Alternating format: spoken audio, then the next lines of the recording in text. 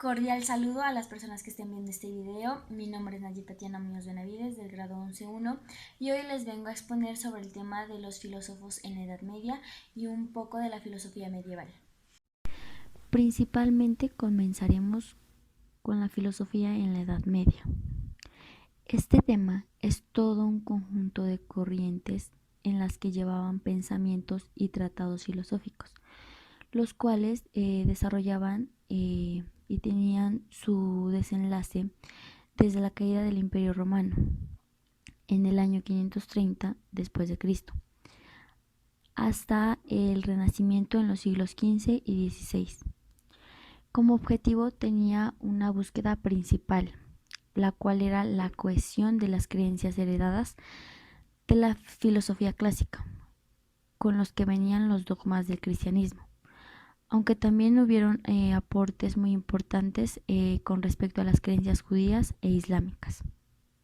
Fue un periodo en el que comúnmente se conoció por ser oscuro, tener pobreza cultural y la contrariedad a la libertad del pensamiento. Seguimos con las etapas de la filosofía en la Edad Media. En estas tenemos dos grandes periodos de la filosofía medieval, las cuales son la patrística y la escolástica. La patrística correspondía a una etapa primaria, en el cual se dio a conocer mucho el dogma religioso, principalmente el cristianismo.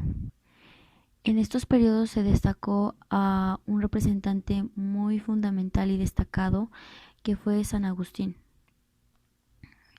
quien desarrolló una corriente que hoy en día se conoce como neoplatonismo, lo cual se dominó historiográfica de diferentes momentos de la historia de la filosofía, en la cual se produjo como un tipo de revitalización del platonismo. De ello podemos resumir que es como la interpretación de la obra de Platón bajo la visión cristiana. Tenemos también lo que es la etapa escolástica. Esta etapa se abarcó desde el siglo XV hasta el siglo XVI.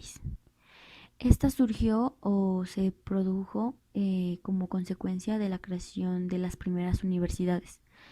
Y también se dice que fue como la necesidad de aplicar, en la cual se necesitaba aplicar el método científico aristotélico, para así poder dar respuestas a planteamientos religiosos o sobrenaturales. Uno de los principales exponentes de esta etapa fue Santo Tomás de Aquino, ya que él introdujo la lógica aristotélica en el pensamiento cristiano y la adaptó a ello. Seguimos con los temas de la filosofía medieval. En estos casos tenemos tres tipos.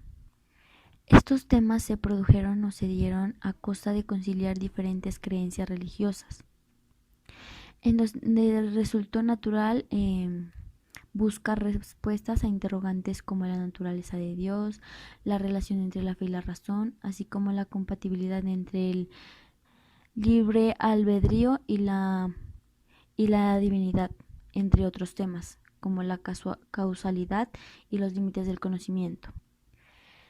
Tenemos el problema de los universales.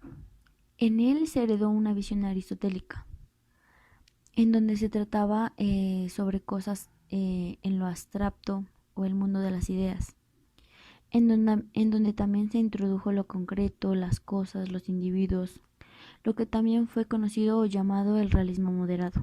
Sin embargo, durante el periodo escolástico, la resolución de este problema volvió a la palestra con el nominalismo, lo cual planteaba que los universales simplemente no existían.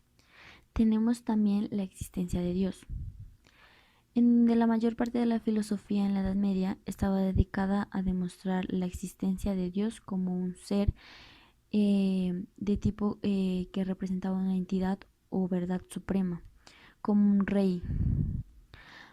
Para dar como propósito este tema, en esos tiempos se recurrían a textos sagrados, también a la llamada lógica aristotélica y Como argumentos ontológicos tenían principalmente los métodos para hallar respuestas a sus dudas o creencias.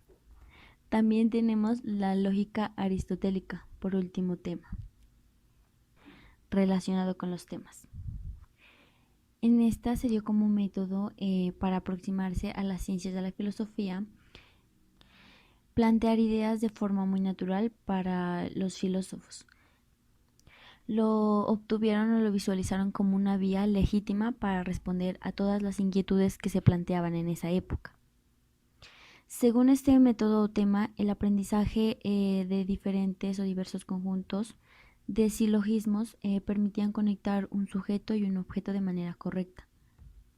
Y esto les servía como una herramienta útil para generar nuevos y diferentes conocimientos. También estos temas fomentan unas características. Una de ellas es que estuvo fuertemente marcada por planteamientos de orden divino. En este caso se conocía que por medio de la Biblia se convertían en principal fuente de respuestas a todas las inquietudes que tenían en ese tiempo.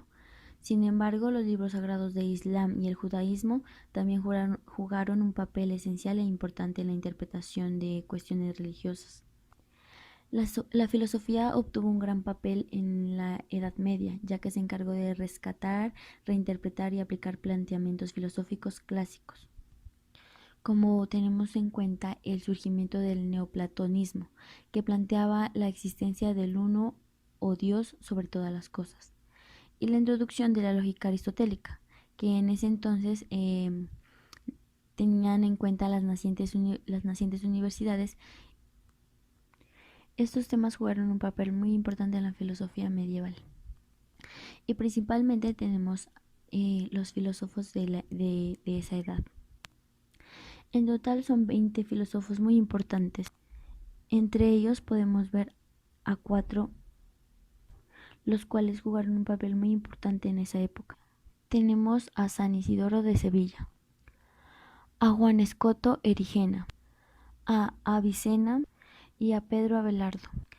Son filósofos muy importantes que, a pesar de la represión de su tiempo y a la persecución religiosa, dieron a conocer lo que opinaban sobre el ser humano, sobre Dios y el mundo. Uno de los filósofos que más me llamó la atención fue Tomás de Aquino. Tomás de Aquino nació en 1224 o 1225 en el castillo de Rocaseca, cerca de Aquino, en el seno de una numerosa y noble familia de sangre germana.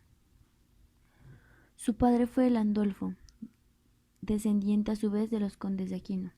Estaba emparentado con el emperador Federico II. Su madre Teodora era hijo de los condes de Taete y Chieti. Fue el menor de 9 hermanos. Antes de que naciera, se dice que un santo ermitaño llamado Bonus compartió a su madre la predicción de que su hijo se haría dominico y alcanzaría su santidad. Datos curiosos sobre Tomás de Aquino. Nació y se crió en un castillo. Le tenía miedo a la lluvia. Estudió en el famoso monasterio de Montecassino. Era demasiado terco y lo llamaban buey mudo. Nunca criticó a la gente, le gustaba ayudar y ser muy humilde. Y además se escapó de su casa para poder seguir su vocación.